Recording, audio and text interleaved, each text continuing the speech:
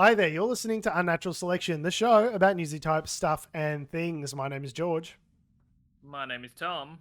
And my name is Adam. And with our powers combined, we are Unnatural Selection. Make sure you visit us at our salubrious home on the web, unnaturalshow.com.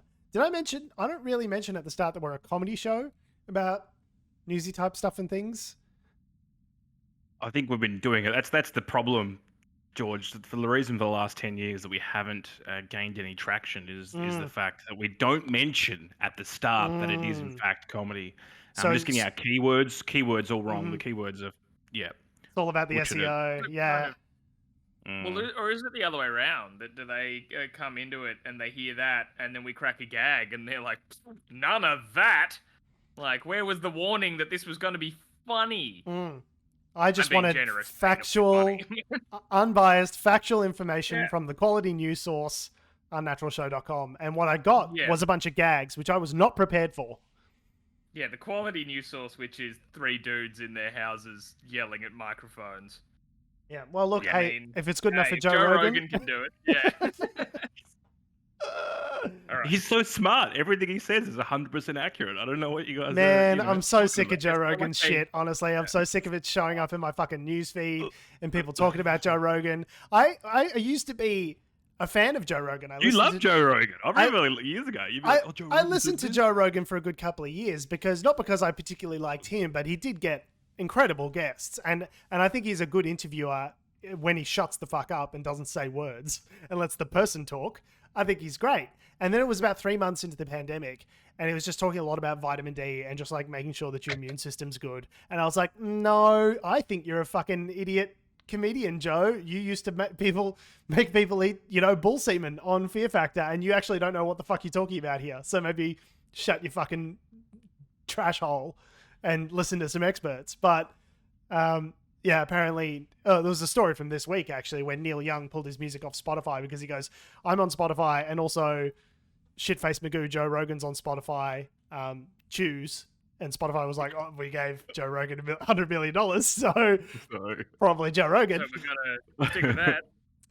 But yeah, so Neil Young's music is now no longer on Spotify, but I don't think it's going to do a massive dent to this multi-billion-dollar company. But I thought... again, we were just talking, so just some context before the show of just like, oh, I heard something in passing, and then that's just a thing then. I saw somewhere like, I think, as I recall, it was shared from a news source, but I don't remember what the news source was, so I'm already digging my own grave with this little tidbit. You're part of the problem, Tom. Yeah, part of the problem, but something like, the 4 billion wiped off Spotify's value or something or other following this Neil Young exit, just probably from the discourse surrounding it. Like, obviously, things bounce back super quick, and it probably means absolutely jack shit. But, can I just add to that? It's probably more to do with the fact that, like, interest rates are looking like they're going to rise this year, and everyone on Wall Street is having what they call a taper tantrum, where they're like, okay, we're going to slowly taper interest rates back up, and everyone's like, ah! Just that meme where everyone's running around on fire. The stocks? Yeah, it's just that dog with the cup mug of coffee and everything's on fire around him going, it's fine. That's Wall Street. Whenever anyone talks about rising interest rates. And so the stock markets have just been a fucking sea of red. So I don't know how much that's had to do with it. I don't think Neil Young is necessarily capable of wiping out $4 billion single-handedly. No, I mean, I don't even know who Neil Young is. I'm just going to put it out there. Who the fuck is Neil Young? He's done something talking about him. Wow, that's impressive. He's just a rather famous musician, but okay.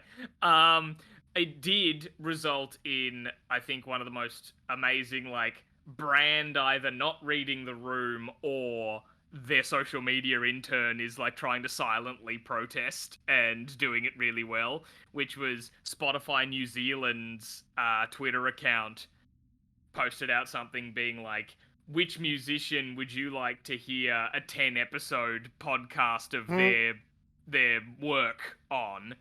And everyone was responding Neil Young. I think Neil Young would be great, and blah, blah, blah, blah, blah. So it's either like, was Spotify NZ's team being like, yeah, we hate Joe Rogan as well, and this is the best way that we can kind of like stoke stoke the people, or did someone really not read the room? They're like, people like podcasts and we have music, and I don't know, I got my quota of tweets for the day, and then they go, oh shit. I'm Like, just yeah. furiously looking at Neil Young, just googling Neil Young, and I Neil don't Young, recognize ironically, any of these. quite an old man. Don't know any After of the these Gold songs. Rush is a good album. That's a good album. There's some good stuff on there.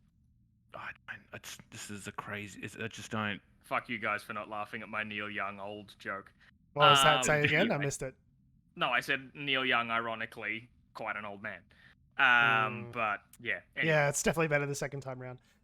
It's so much better the second time. Anyway, that wasn't even something that we'd shared to the thing to talk about, but No. you know, that's just something that happened this week among the avalanche of bullshit that happened this week. I mean, this is a big week to cover. This week of January is always, you know, a big one in terms of the political discourse because of January 26th, Australia Day, Invasion Day, and that discourse comes up again, and we see all the shit heels being like, stop trying to change the date, and we're like, hey, genocide was bad, and this is like a bad day to have any kind of national holiday. I That's, mainly just pretty want dicey. to change the date so we can stop having to have the same dumb fucking conversation every year where we have to talk about whether or not we're going to change the date. Because if we just change the date, then the date would be changed, and we wouldn't have to chat about changing the date every date that it comes around. Yeah.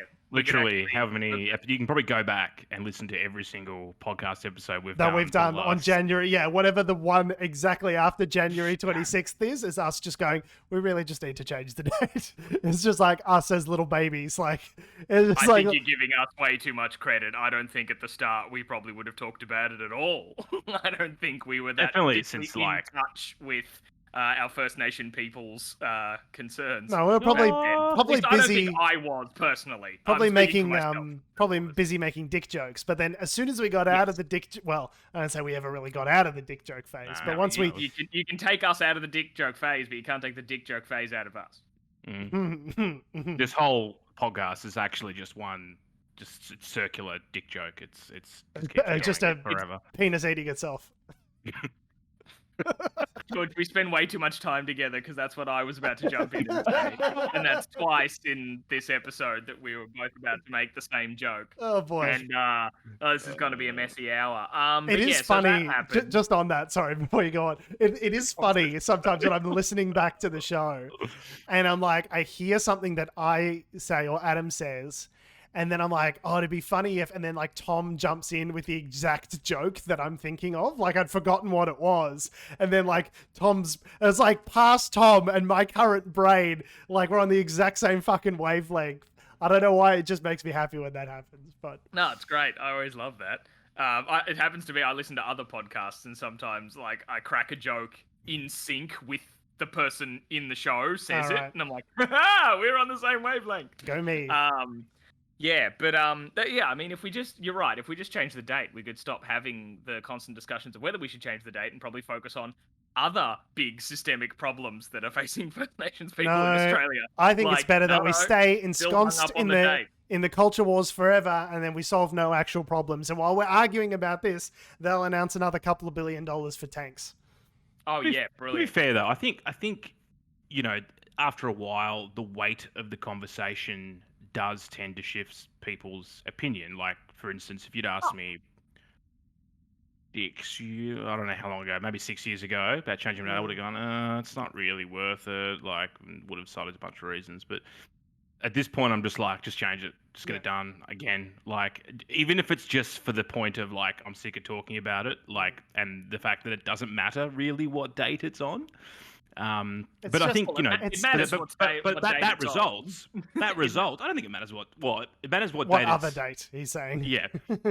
But like you could shift it to any date that's not already taken and it would be probably fine for the purposes of what Australia Day is. But my point being is that I've only come to that opinion after just like 5 years of like this discussion that we've been having to the point where I've the pendulum has swung. But I think that would be true for other people as well. Yeah. Oh yeah, definitely. I mean, if you look at attitudes towards gay marriage and things like that, for example, I mean, we had the plebiscite only a couple of years ago. I think, now that seems like like a national embarrassment, whereas at the time half the population seemed to believe it was incredibly fucking necessary for us to have a public vote on whether gay people should be allowed to marry. Are gay people people? Yes, no.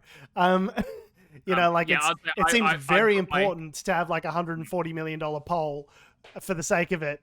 Whereas like now we're like, yeah, obviously gay people should be allowed to, like, and I thought it was obvious at the time, but not everyone did, so you have to, progress happens in increments, I guess is what I'm saying. Yeah, well, I'd say, I'd want to put it on the record. It was a national embarrassment then, and it still is. Oh yeah, it was then, and it also is now. It'll be even more so in the future, looking back. But it's just, oh yes, it is one of those things where it's like some people just need to be.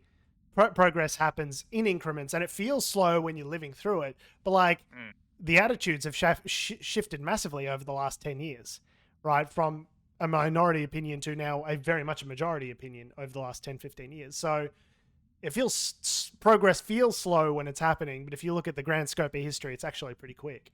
The fact that this current Liberal government is talking about climate change as though it's a real thing, when they weren't doing that, fucking 4 months ago.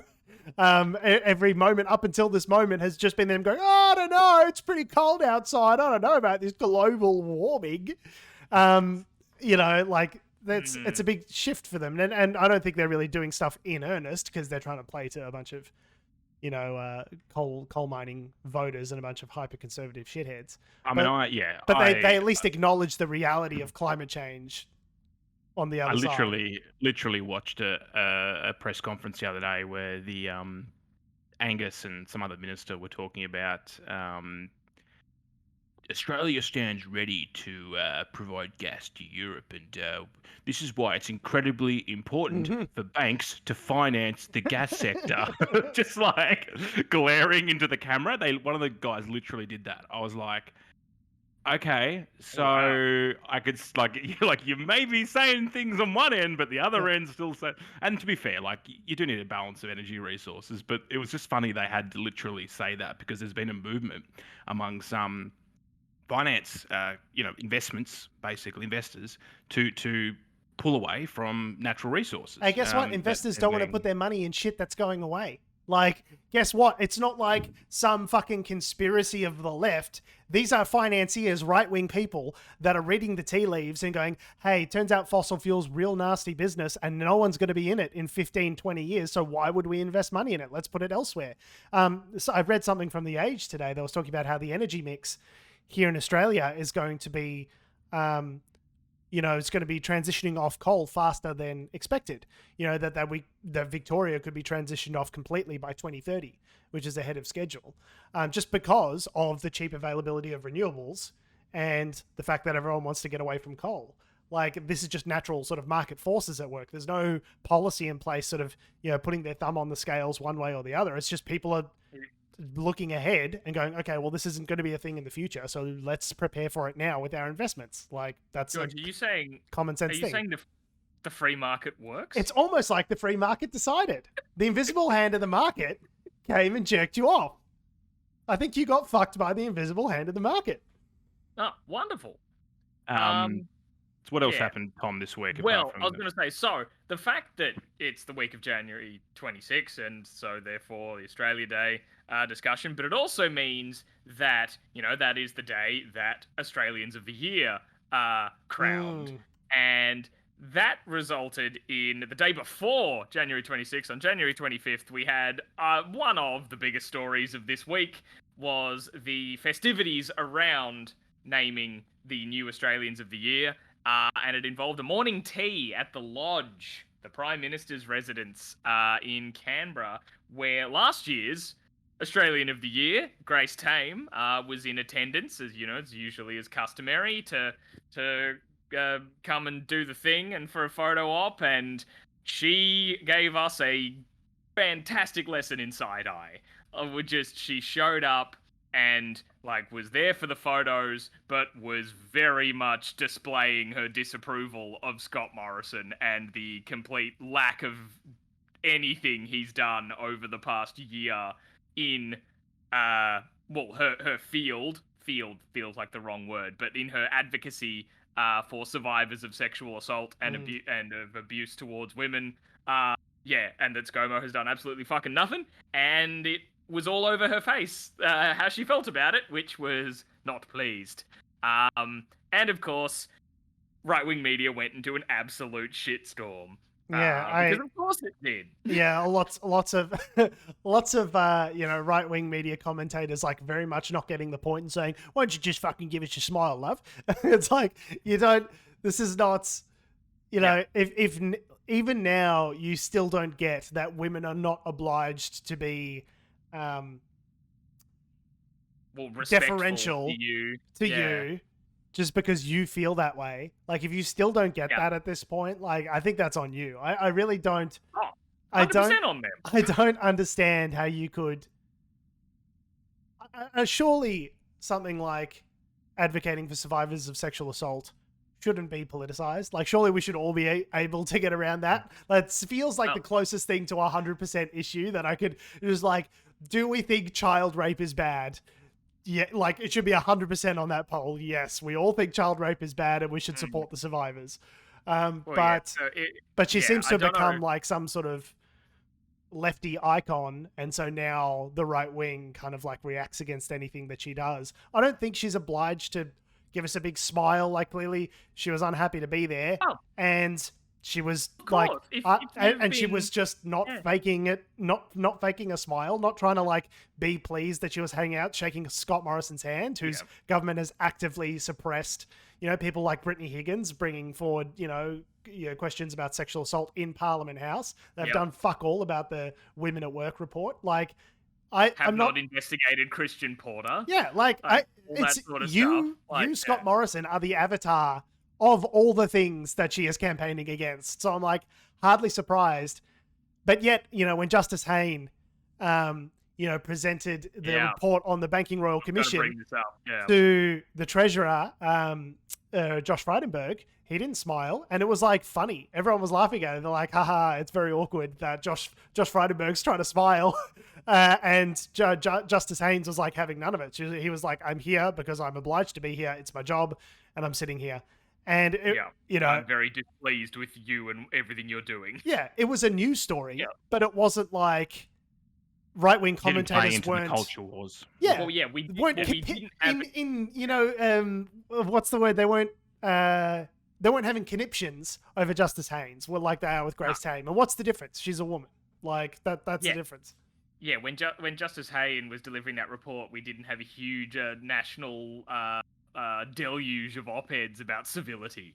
Yes. No one was talking about civility when that happened, but now they're all about it. And the really infamous one was the one from Peter Van Onselen, saying like, if you can't give the Prime Minister any respect, well, why don't you just not go then? I get why you don't like her, but why'd you just not go? It's like, well, because probably also the story would have been she didn't go. Grace Tame refuses to appear with Prime Minister. Yeah, she would have been fucked either way. She's an Australian of the Year, so she's in a rock and a hard place. She has to rock up to the event, but she also then can't look like she's enjoying the event next to the guy that's the antithesis of what she's doing. Yeah. Yes. Which is where I would argue she did fulfill her respectful. She was being civil. That was her being civil. Of like fulfilling her obligations as Australian of the Year and showing up. Yes. But yeah, she and actually really more from her perspective, it does more for her to show up and like protest in that sort of way than to not go. So yeah. And I saw some commentary that was like, Grace Tame played the media perfectly. Like, she knew she couldn't give them a single frame of her smiling, and it was like this deliberate, calculated fucking thing. I was like, no, I think she was just unhappy to be there and just like does not like being around Scott Morrison because he's a fucking goon. Like, I don't think it was some like, 5D chess kind of like, I don't think it was some massive ploy to get in the media. It was just her natural reaction to being like, I think my natural reaction to being around Scott Morrison would be pretty fucking similar. Like, hey, you represent everything I dislike about the current state of politics. So how you doing? Yeah, but just absolute shitstorm following all that, and of course also resulting in Peter Van Onselen getting roasted alive on national television. Is there a fucking commentator that's been more wrong about shit than Peter Van Elsen? Like, is it like to be like maximum wrong about every fucking hot take that your job is to just go on TV and get paid hundreds of thousands of dollars a year to be fucking wrong about shit? Like, I don't understand his place in the landscape. It's interesting that they got him on to that he agreed to go on to the project, which like they always have. They're like, obviously going to bash you. Like, why? Well, no, they always have like a. I can't remember who the previous person was. But Was it always, Ray Hadley, or was one of those 2GB? Yeah, pricks? I can't remember. But always someone not who's Ray Hadley. like a more right-wing media personality on there as well. I don't know. I assume someone figured out it was good to see them clash on television and was like, "Oh yes, rub the hands together." Yeah, but it was just, oh man, I just can't imagine. I said to Alice, my partner, afterwards, after we watched that clip, I was like, I know he probably walked away from his getting roasted by not only the guest they had on the show, but also his co-host, Gary Bickmore, that he probably didn't walk away from that feeling like, oh wow, I was wrong to write that op-ed and blah, blah, blah, blah, blah. But I don't know how after such a roasting live on TV and then shared around the internet, I would be able to just get up in the morning.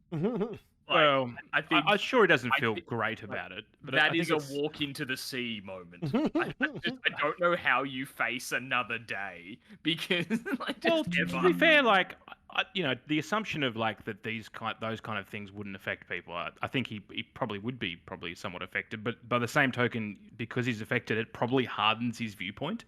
Like it's the same thing as before we were talking about the show, where people's ideologies, the cognitive bias of you have an opinion, and then you just look for things to entrench that position. And particularly with conservatives, that seems to be the thing, and then you just get further down the rabbit hole the further you go. Like, but this is what he does. Like, he's one of those people that gets on television and has unpopular opinions in order to create seems to be a media, shtick. like a media shitstorm around him. That's what he does. Because otherwise, why would you go? That's how he's on the paid project? for his house, is to get on TV and have dumb opinions about things. Like, how did this happen to you, Peter? He would know that going on the project, he was going to probably get smashed around by the commentators. So by doing that, he would have he would have to have had some angle where it works out for him. Or the message he's trying to peddle. And even if it is just an SEO thing, like, there's got to be some part of him that either goes, like, I just know with that kind of person and with the conservative commentators they get on there, they're not walking away critically thinking about the discussion. They're thinking about whatever. They're thinking, I just got the shit kicked out of me by a bunch of panelists, but guess what? It moved, that really moved me to a bigger house. Like, it's really, it's like that quote. It's hard to convince a man of something when he's paid not to, Yeah, when he's paid not to think about it or something. But it's one of the articles we shared this week was talking about with Scott Morrison, like, and the Grace Tame images that came out. It's just like it's one more in the litany of bad for a guy that is it seems to model his prime ministership around the appearance of things as opposed to necessarily having any substance. Being Scott Morrison, he has like just a litany of poor photographic, like, the photo ops he tries to create just don't work half the time. Like, you think about the history of it, like, it's just bad. Like, he's just not good at, I mean, in fairness, like, he wouldn't have had much control over this photo op, but I don't know, like, whether or not, I don't know. I just feel like they just keep walking into disasters. The liberal, like, marketing team just need to, like, work out like what's their game and stop fucking putting him in situations, or keep doing it because it works out well for the left. But, like, if you're on the right, like, why would you keep trying to put him in situations where it's like he's going to look bad? I don't think. See, I disagree with you there, Adam. I don't think he looks bad to his base. To him, he's like it's this perfect example of civility trolling. Like, oh, the left, they're just a bunch of, see, they can't even keep it together. You can't say anything anymore. Nowadays, everyone gets all bloody offended. Oh, why can't we just be nice? Like in the 50s where we go around to Rose's house and do a pot roast. Like, I think it is very much that kind of like him being all chuckly, happy dad, lobotomized happy dad, trundling around. Like that works for his base. Like, because it riles up the base in that sense to be anti whatever the other. Look at Grace Tame. Oh, she's such a nasty piece of work. Oh, those lefties are all the same. Look at Scotty, isn't he nice? He's smiling. But why can't she be like that? Why can't she give us a smile? I think for his base, that actually works perfectly. It's not for us. This is propaganda that actually works perfectly for both sides. Like. Russian psyops? No, yeah. So no, I don't think it's calculated. I think it's just like everything's so hyper polarized that even the stuff that like obviously looks bad to us still can be split either way. So like that famous footage of Scott Morrison, PM extraordinaire, back from his Hawaii holiday, walking around with bushfire victims trying to shake their hands. That looks good for his base. Because they go, look at him, he's trying, he's out there, he's trying to shake their hands, these bloody lefties won't even shake his hand. Like, anything that we look at and go, oh, this is obviously bad, you can flip it and reverse it and see it from the opposite angle because everything's so polarized now. You know what I mean? Is it a good time to bring up the fact that his WeChat account got sure bought? I wouldn't say hacked. It got purchased legally with money. Yes, with legal tender. So for those who don't know, WeChat is a popular sort of chat and social media service over in China. And it seems like, for whatever reason, members of the Australian government here have decided to be on this platform because I guess it's where Chinese voters are. Now, the thing with WeChat in particular is that it is hosted as a Chinese service. And like a lot of things in China, need to actually be owned and operated in China and by Chinese citizens. So, for example, if you want to go and buy a business in China, you need to be partners with a Chinese national in China, and you cannot own more than 49% of the business. Things like that. So yeah, and also in the WeChat sense as well, it's not like these channels could be like named like Prime Minister Scott Morrison of Australia or whatever, I assume as well. I don't know. So it'd be pretty fucking obvious that the way people have been doing it is, so for what, I guess because they want to speak to Chinese voters here in Australia, they paying people over in China to set up a WeChat account, and then they basically lease it to them for a fee. And the guy who was leasing it to the Australian government here in Australia, well, Scott Morrison and the Prime Minister's office, basically said, oh, he's got a lot of followers, I'm just going to sell this account to anyone who's going to give me a bunch of money for it. And so Scott Morrison's account has been bought by Fuzhou 985 Information Technology. Yeah. Yep. And when asked, like, oh, why'd you buy it? Are you trying to usurp an arm of the Australian government? But I was like, oh no, he had lots of followers. I just wanted more followers to share my shit to. I do like followers. Who's Scott Morrison? So what they're going to do now is delete all the old content so that the account's there. They've got the followers. They just still apparently delete all the old content and then just start posting whatever they want to use it for. So that's what they're planning to do with it. So they tried to get it back. The government and Scott Morrison's team were trying to get it back, but to no avail. I love how were they just going like, all right, what do you want? What do you need? Please. Basically, I think so. Like, yeah, what do you need? One of Scotty's curries, a chicken coop, like.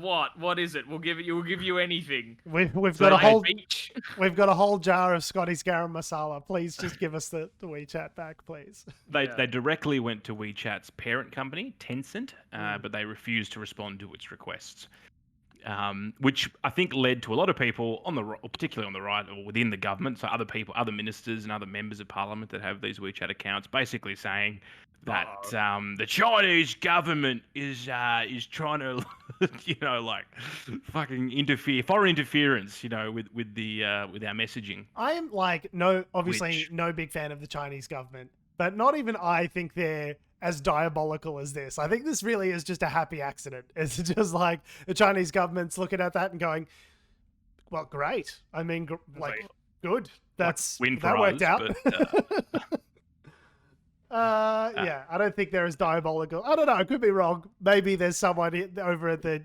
Chinese Communist Party whose job it is to watch out how to snake people's WeChat accounts, but I doubt it. yeah, I mean, yeah, there's a lot of Tencent has there's a lot of stories about that on the interwebs about how they control things in particular, like in terms of the way they allow users to do or not do things, and they effectively censor things.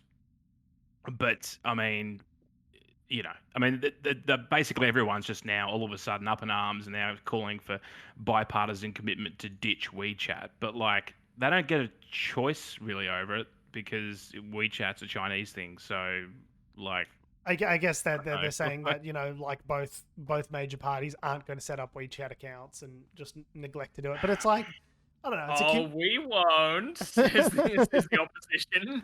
Yeah, wink, wink, nudge, nudge. I don't know. Are you really getting that much benefit out of appearing on WeChat with voters? I don't know. I feel as though there's other more important things. I think there are. Like, from a messaging standpoint, like WeChat is in China in particular. WeChat's huge. Like, okay, but they're Australian politicians trying to speak to voters in Australia. You've got lots of Chinese dual nationals, and you're also trying to potentially. And this is probably where it probably doesn't stack up too much, is you're trying to potentially influence, as you said, Chinese voters or people that may have Australian interests in a particular direction with Australian messaging. Now, you probably won't have much effect given the Chinese government's control over messaging within China, but... Yeah, I'd say they've got a pretty strict control over that. Like, I know Kevin Rudd, for instance, was very, not about WeChat specifically, but he was very conscious of Chinese voters, Chinese interests, and Chinese nationals. Yeah, that's his area of interest and in area of expertise. So it's hardly surprising. Yeah. But yeah, I don't know. I don't think anyone's going to be winning any elections off the WeChat vote. I feel like there's more substantive things you could be doing on the ground, like supplying rat tests and just not being generally a fuck up. Like those will help you win some votes. Yeah, definitely. But I thought there's also something to be said. I think it was John Oliver who talked about this once, where like how much information shared on things like WhatsApp among, for essentially by non-Westerners, like of people who have like family overseas and all that sort of stuff. Just like when something hits WhatsApp, just how it spreads, how quickly it can spread out. So getting your messaging out on things like there would be people who would probably only message through and get their information from what they see on WeChat. So that's probably where it is a very handy closed system, isn't it? To have if you're trying to like communicate directly to that particular base. Yeah, but no, I think, well, obviously you're right, George. Maybe being less of a fuck up is probably more of a vote winner than being on WeChat. We'll redo the priorities. Number 1, don't be fuck ups. Number 2. Get the messaging right on WeChat. And if we could just get those priorities that way around, I think we might be a little bit all the better for it. But look, when in doubt, just order some tanks. So yeah, I feel whatever paperwork needs to be filled out for you to be like either pre-selected or I know you need a minimum amount of people to form your own political party and stuff like that, but whatever like paperwork you have to fill out. Question 1, bullet point 1 should be, are you a fuck up? Yes or no? Yeah. Because you just have to ask sort of straight up. And if there's even so much as a fiber of like lead pencil on the yes spot, nah, you're out. You're not allowed to come in. I think that's a good rule. Yeah. Speaking of kind of being fuck ups, the Australian government, even when they do something right, they do it for the wrong reasons. The Australian government has purchased the copyright to the Aboriginal flag in a $20 million deal. So they just wanted a win. They wanted a good story out there in between, colossal dumpster fire, self-owned, self-goal fuck-ups. And so the Australian government has paid $20 million to designer Harold Thomas and various licensees, which held the copyright to the Aboriginal flag, thus making it available for everyone to use in whatever way they see fit. But prior to this, in theory, if you had put that image or put the flag, say, on a website, or if you'd used it on marketing material or in any other sort of comms work, basically, you would have to pay. You would think you would have to at least acknowledge the copyright owners and potentially pay fees. Or you wouldn't be able to use it without permission. Is probably a better way of putting it. And there was a lot of big things of like merch for, say, like football teams or things like that wanting to use the flag, and because the rights to it had been sold to like a particular clothing company or whatever to produce like merchandise with the flag on it and all that sort of stuff, they weren't allowed to, and it was really fucked. This is a tricky one. Because I know I'm coming at this again from I'm a very white man. But as I remember reading this, thinking like, good, the flag now can be used. Like, it doesn't have the restrictive copyright that it once had. Awesome. But the irony that it now belongs to the Commonwealth, like legally the copyright belongs to the Commonwealth government, which answers to the Queen of England, the people who stole the land.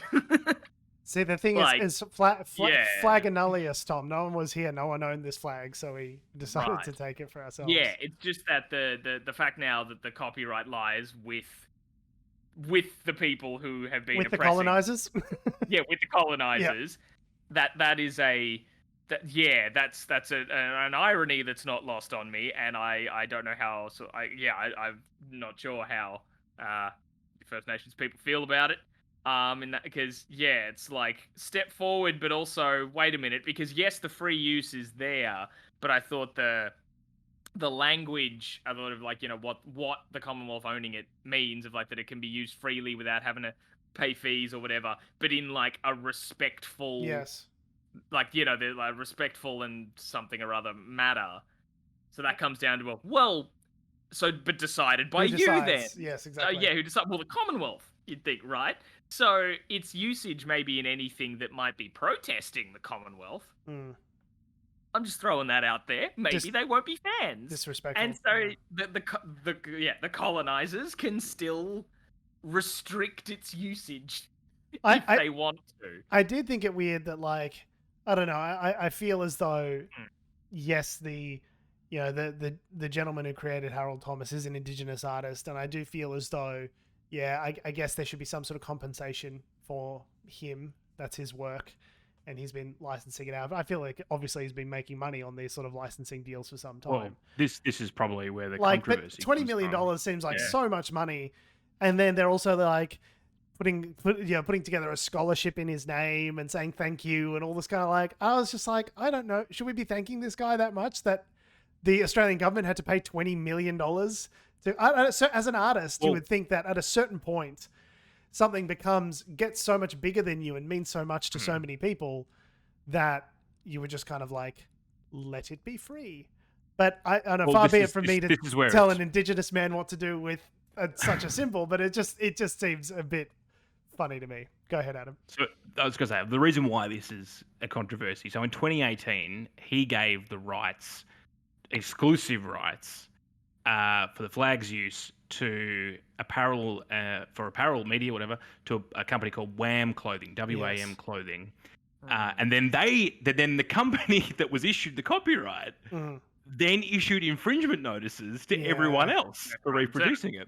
So that then meant there was a parliamentary committee. They established a committee to investigate the root of the causes and all this kind of shit, as they always do. Oh, they love an inquiry. And the inquiry, so it happened in 2018. The inquiry's final report didn't come out till October 2020. I feel like you could have given all the money that you gave to the inquiry. Give us half of it, and we will get a result to you much faster than 2 years. And the inquiry said that there was a heavy-handed yet entirely legal approach to enforcing its rights. So entirely legal. The report recommended against compulsorily. I can't say it properly. Compulsorily. I can't even say that word. My brain's not working. Compulsorily. Yes, acquiring the Aboriginal flag's copyright, and that obviously has to be bought and go through the proper channels. So, I guess the thing being is that now anyone can use it, but by the same token, it can be potentially co-opted in ways which perhaps the Indigenous community or the original author may not have intended. Yeah, I could see it showing up at a couple of white supremacist rallies or something, you know what I mean? Like, although, would any of those people have given a shit about the copyright in the first place? Like, clearly this well, no, they prior wouldn't. to this, the flag has been used by reckless abandon. I wasn't even aware until this story that it was owned by someone. You know, so I don't know how much it's actually going to make a difference in practice in the world. I think it's just kind of puts a legal tick next to something that was already happening in practice, which is people using it for their own purposes anyway. Yeah.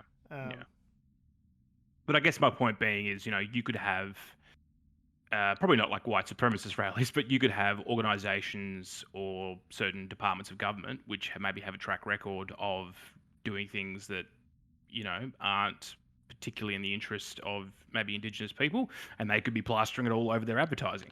Well, and that's the thing, you know, on the white supremacist rallies thing, like copyright doesn't, well, marketing materials, yes, but like the copyright wouldn't apply to people just having it there at a rally like that. It'd be the production of content.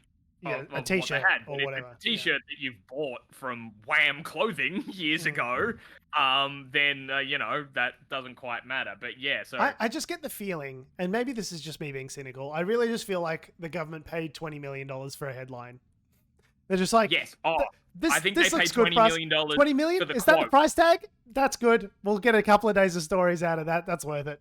I think they've paid $20 million for the quote, to get Scott Morrison quoted as saying, "We've freed the Aboriginal flag." He said something to that effect. And it's like, oh, that's why you've done this. And that's why you've also announced this. What was it, January 25? Yeah, or something. Was it 24? The announcement came from the Minister of closing the article now, but the Indigenous... I thought it was really Ken close. Wyatt. It was really close to Australia Day, but I thought, like, Scott Morrison said something like, "We've freed the flag for all," and it's really close to Australia Day, and it's like, oh, I see what you're doing. So it was a targeted, Oh yeah. Well, I mean, cynical as that is, it's like probably bang on fucking accurate. But I don't know. So it's like a step, as George said at the top of us talking about this story, it's a step in the right. You know, even when they take a step in the right direction, it is for shitty purposes and in a kind of shitty way as well. But I mean, well, strangely enough, Tom, Anthony Albanese would agree with you. Oh, who's that? I was gonna say, according to the Wikipedia, who? Yep. I'm just looking at this. Albanese up on Wikipedia. It just has "ha" and a question mark instead of a face. Albo or Alba, I don't know. I saw. Oh, you mean DJ Albo? DJ? Yeah. Oh, I saw this great Batuta advocate headline which said something like, Nonno, who's voted for the Liberal Party for the last 60 years, now conflicted once he learns the opposition surname. Albanese. So he had a big speech at the press club this week, and you might have noticed it was a bit of a spicier version of Anthony Albanese. Still probably not. It was not quite a beef vindaloo, to borrow a curry Scott Morrison curry metaphor, but certainly like a butter chicken, with two chili peppers next to it. Like, it was a bit spicier than he normally is. Maybe like white guy mild butter chicken rather than like proper butter chicken. Like, yes, and no coriander, please. So it's I don't want too much flavor. No. I really want to be just deeply unhappy eating this meal. Anthony Albanese has announced in his speech to the press club that he's going to a Labor government under his leadership would announce an additional $440 million for school upgrades, as well as a kind of nebulous promise around getting rat tests for free, but for some people and not others who need them. It was kind of like, we're making them for free. We're making them here in Australia. And then David Spears this morning on Insiders was like, yeah, but like... How though? It's like, but we're making them here in Brisbane. And he's like, yes, but they're not approved by ATAGI. And also that same company that's been shipping rat tests off to America had a recall in November last year. Do we want those rats, or like do you want to just put any detail on this plan whatsoever? And Albo was like, rats. Someone will get some rats. I don't know where or how exactly. It's a non-specified, nebulous amount of more rats, I guess. So to be clear, that the 440 million is for schools, but to help with pandemic-related expenses. So whether that upgrades, so helping people with children with disabilities, for helping get more air filters, for instance, stuff like that, to sort of help manage the situation on the ground. Because I think you'll find in the next 3 weeks that end of the peak we were seeing may turn around. This is my hunch. This is not backed by any science, but I would say give it a week or two, and we might see the peak do a bit of a 180. Yeah, there does seem to be this thing of like, oh, Omicron has peaked, so it's all fucking good now. It's like, no, if we go outside and like interact with people that have the virus doesn't know that we peaked in case, like, you're still going to get the virus if you hang out with people who have the virus. Like, I don't know. They're like, it's peaked. It's just going to go away now. It's like, I don't know what that's based off, but okay. So it's probably a good policy, because it probably addresses an area of concern where people have been like, cool, the states are sending everyone back to schools, but with like New South Wales has promised rat testing, which it's unclear as to how they're going to actually, back that up. This is a federal policy, which is, it's actually filling a gap where there is currently no federal policy in this area. It's shocking. Isn't it just like actually shocking to think that there's no federal policy in this area, that we're like year 12 into a 90-year pandemic and they're still just like, we're all old men now. We're sitting here in front of these same fucking cameras, the same setup, and we're all 80-year-olds. So we're just like, who could have anticipated that we would need rapid tests? And it's like, guys, it's been 60 years. Catch up with the times. How possible? It's just like Adam's a skeleton over in the corner. It's like he's been dead for years and we've still kept podcasting around his body like Weekend at Bernie's. Like, it's just how are we still having this fucking conversation all of this time later? How is there no policy in this regard? But yeah, so we've got a little bit from this speech at the press club he did the other day, talking about rat tests and education funding and all this sort of shit. Territory governments to getting every school to 100%. I'm doing it at double time because I watch videos at double time, so that's going to be George is one of those weirdos. I'm sorry? Of its fair funding level. And it's why today I'm announcing Labor's plan to help our schools and students bounce back. Our plan starts with the Student Wellbeing Boost. It will provide funding for school activities that get children back on track. This could mean more funding for school counsellors and psychologists, and for camps, excursions, sporting and social activities that improve children's well-being. Every Australian school stands to benefit from this investment, and the schools themselves will decide how to use the extra money to best help their students. Our plan will fund a free mental health check tool. Schools could choose to use this to help quickly identify students who may need extra support. Our plan will direct the Education Department to conduct an urgent review of the impact of COVID on students with disability so that they get the support that they need. These children have been amongst the most vulnerable during this pandemic, and they deserve a government that prioritises their protection along with their education. The other element of our plan is a schools upgrade fund, which will provide much needed support for improving ventilation in schools and creating outdoor learning areas. Both are key to managing the spread of COVID, just as they will be valuable for schools in a post-COVID world as well. Yeah, it's just like common sense bare minimum policy, right? Like, hey, a couple of years into this pandemic, maybe we should fix up the fucking air conditioners and stuff. Hey, like maybe we should put soap in the bathroom dispensers. No shit. I noticed they're not You know, I haven't heard any announcements from Labor on anything maybe a little complicated, like messing with franking credits this time. No franking credits discussions. Staying well away from that. Nice and simple. More money to schools so schools can school better. Yeah. It's like, yeah, legitimately, like, please don't yell at me. What is the most bland potato thing that I could say that we could all get behind? Yeah, what policy can I announce where the only response that the Liberal government could aim at it is, no, fuck children, they don't deserve better schools. Shit.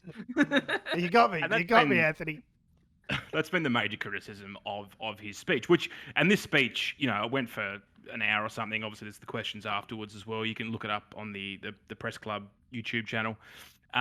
This was basically the start of his election campaign, right? The election hasn't been formally announced yet, but both parties are, by this stage, really starting to kick off their campaigns. So this is the start of it. And he announced so much of other things, like they're going to try to look for... And the criticism is that they were all broad brushstroke policies. We're going to do Commonwealth reform.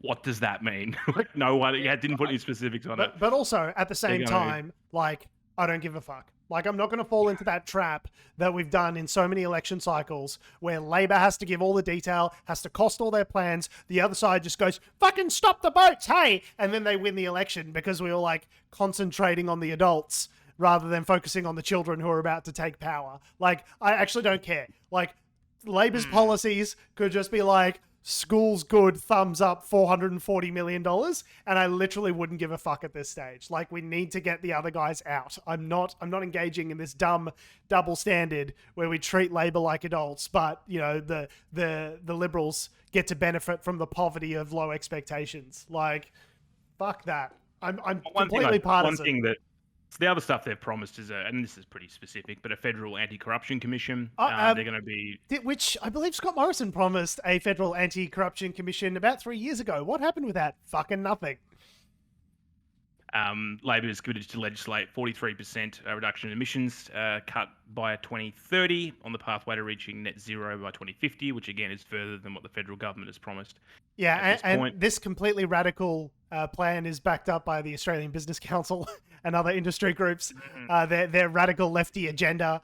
I don't understand. When people are just like, people look at Labor and they're like, it's fucking communism. I'm like, they're just giving them money for air conditioners. Like, it's really not communism. Like, communism is a whole system of government where the government owns everything, owns the means of production. You know, private property is not a thing. This is not communism. This is just like slightly left of center. It's just like common sense, very center left policy. Do you want to put the soundbite in where he's having the spicy? I did. Like, it was like I said, it was butter chicken, kind of like 2 chili peppers. It was not anywhere near as spicy as I would have liked, but I like that they're taking the criticism of Scott Morrison like to the public, and they're doing so in a way that's more vociferous than it's been in the past. It's still not as angry as I would like, but yeah, it's definitely something. I'd like to see more of this from Albo. It's certainly the clip that's been making the news. Testing, tracing, vaccinations and quarantine, the grand slam of pandemic failure. A Prime Minister who is repeatedly warned by experts about what is coming and given the opportunity to plan ahead, but repeatedly fails to listen and, more importantly, fails to act. And while Mr Morrison talks drivel at the cricket and shows off the contents of his kitchen, Australians are being confronted by empty supermarket shelves. And contrary to Barnaby Joyce's extraordinary statements yesterday, Australians are dying from COVID in record numbers. Over 900 lives lost in the first 25 days of this year. Never before has Australia had a Prime Minister with such a pathological determination to avoid responsibility. He declares, it's not my job, it's not a race, it's a matter for the states. He doesn't hold a hose and he doesn't give a rat's. Every action, every decision has to be dragged out of him. And so often, after all of the build-up, he gets it wrong anyway. And it's... Yeah. Oh no, I thought it was pretty good. Like I said, it's not the level of spice that I would like, but it's registering. It's hitting the back of the throat. Well, yeah. It's on the palate. It's there. There's something going on. Yeah. It's a flavor rather than a sensation. But yeah, like it reminds me of. I remember feeling this way about Bill Shorten when I was like, oh, when Bill Shorten was angry, when he was spicy, actually. Like all the other times, he was bland as can be and was just really an uninspiring leader. But when he got mad and started throwing jabs, it was good. Same with like I think Dan Andrews is kind of similar, as to be a bit like, Dan Andrews, I'll take him or leave him. But when he's like dishing out the rage on the floor of Parliament, I love it. So like, let loose. I don't know if this is a political theory that necessarily holds. Like maybe Labor's theory of the case is ultimately the one that will win them the election, and maybe I'm wrong. But I like politicians that get out there and go down swinging. I would rather lose, feeling that an honest case, like they were angry, like they were as angry as I am and as the Australian people are around what's happening. If the pollies felt equally as angry and went down swinging, I would appreciate that. I would feel more respect for them than I do where it's like, oh, we should have free rats. Is that what you're going to do, Labor? Well, it's the money and we haven't cost it. We're not a government yet. And it's just like, rather than this equivocating thing, like of trying to sidestep and be a small target, to just go, yeah, we're going to do free rats and we're going to make them available to everyone. Like the end, like no equivocating, no means testing, just like whatever it costs, we're going to get it done.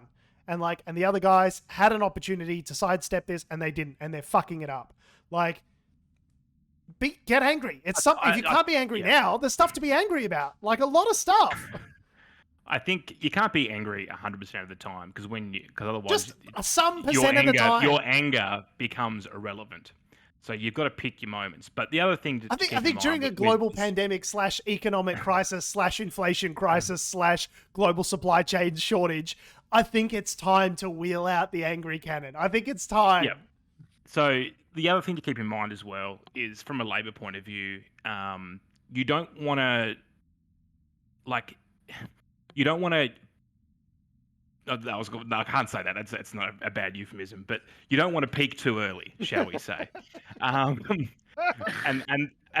the reason for that is I love you're growing up, man. I'm so proud. In turn, it's funnier. Yeah. That's the thing. He didn't even say blow your load, and you made me say it in my own brain. That's the fucking 5D chess of it. You said it on the podcast. Doesn't matter. That's the dick eating its own balls right there. Like that's the beauty of it. Anyway. Thank you, Tom, for bringing us back. Sorry, to the I just got a metaphor. death stare as my fiance walked in the room after hearing me say that, to be like, "Excuse me." I'm so happy that happened. Love you. Love you. I'm not a piece of shit. I guess my point being is that you don't want to, before the campaign, because Australians have short memories. They'll have forgotten a bunch of stuff that happened literally in the last 12 months. They'll have forgotten all the sex scandals. So the point being is you want to time your run for what's going in your content and what news stories are being generated, at the right time. You don't want to be constantly, you don't want to become ubiquitous. You don't think that people sense that kind of like overly focus grouped, controlled message, though? I feel like a lot of people sense that as they sense it as inauthentic. That's how it reads I guess, to me. It's like, yes, these are all the things that I believe, but just delivered in the most kind of like banal, vanilla way. Like, but the thing is, if you're letting the government's been doing their own damage to a point, like we've discussed it on the show. Scott Morrison has been creating his own, and his government have been creating their own tripping points. Let that soak up some of the social conscience consciousness, perhaps, and then you can start hitting them with it. I think that's the strategy they're going for, and to do so earlier would have been a completely different. I mean, Tony Abbott, was a good example of an opposition leader. There was always exactly always doing just that. negatively politicizing issues, and he had like way less ammunition and source material than Labor does currently to go after the government. So I don't. I hope we see more of this side coming into the election, which a lot of people are saying should be around May. Like, I really think, I think we need to see more of this. Like, get angry. There's stuff to be angry about now. But I could be wrong. Maybe my theory of the case is just wrong, and like people just want like the most centrist of like they just want the respectability politics. Maybe they're trying to appeal to that kind of like center. Just like, why can't everyone be nice? I think because at the end of the day, you look at what everyone's saying, Queensland. I mean, I say this every election, but Queensland is the battleground, right? If they win Queensland, they win the election. So to be able to do that, you've got to swing the voters who have been voting right in Queensland for the last couple of elections. You've got to get them back on your terms. So you can't be saying, things that are potentially a bit too far left, because you're just going to lose them. I'm not even saying they have to be further to the left, although they should be on some issues. But I really wish I felt a genuine sense of real outrage at outrageous things. When you talk about, government slush funds, car park rorts, sports rorts, like the amount of money that's just been like handed to billionaires hand over fist, and yet we're making time to make, it legal to fire gay teachers, and we're clawing back tiny skerricks of money from people that, got it when they weren't supposed to get it during the pandemic off Centrelink. Like, there's real things to be actually angry about, and I just don't feel like they're necessarily taking what you need, mate. You need a nice dose of Jackie Lumby. Thank you very much. Who seems to be every 10 minutes of a news cycle just yelling at things, which I'm all about.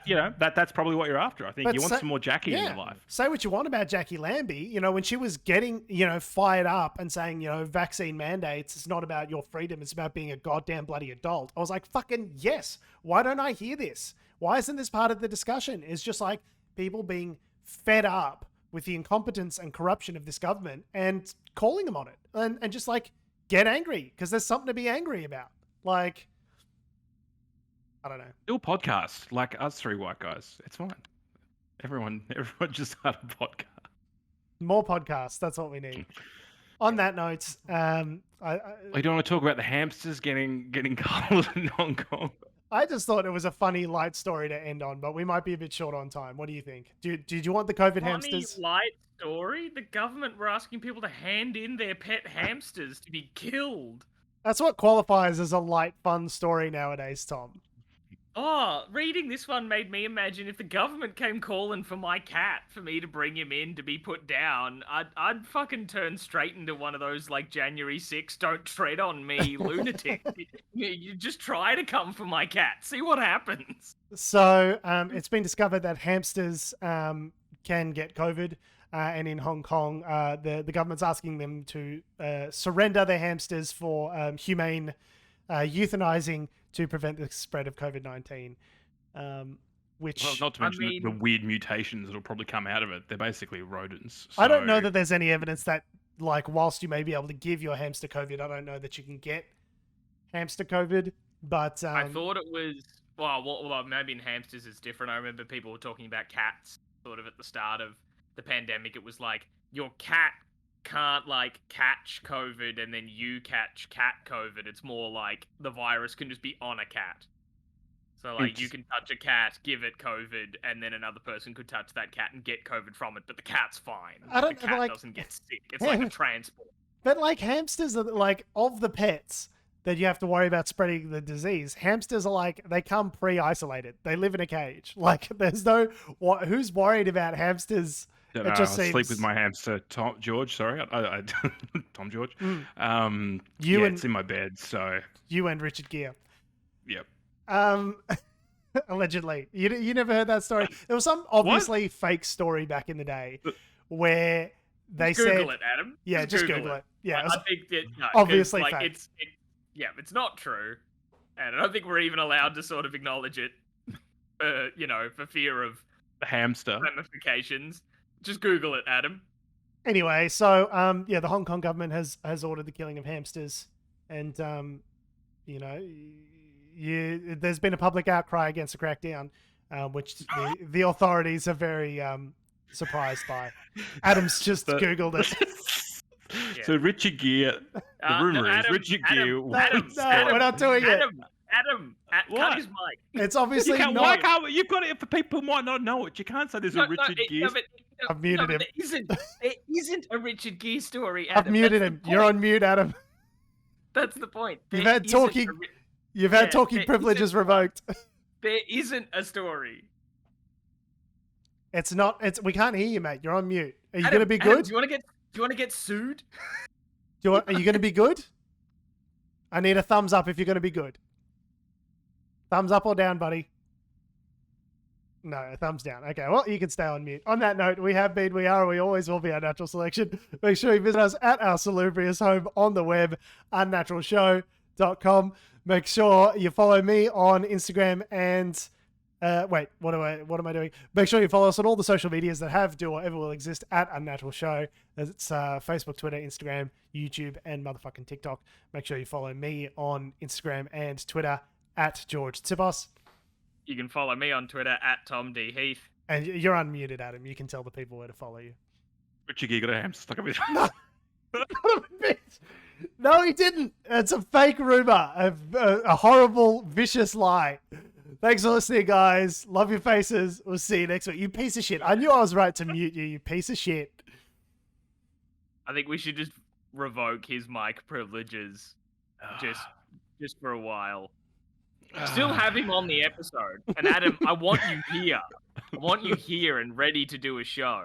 But George, cut his mic. You got it. You can't just not turn up, though. Thanks for listening, guys. We'll see you next week.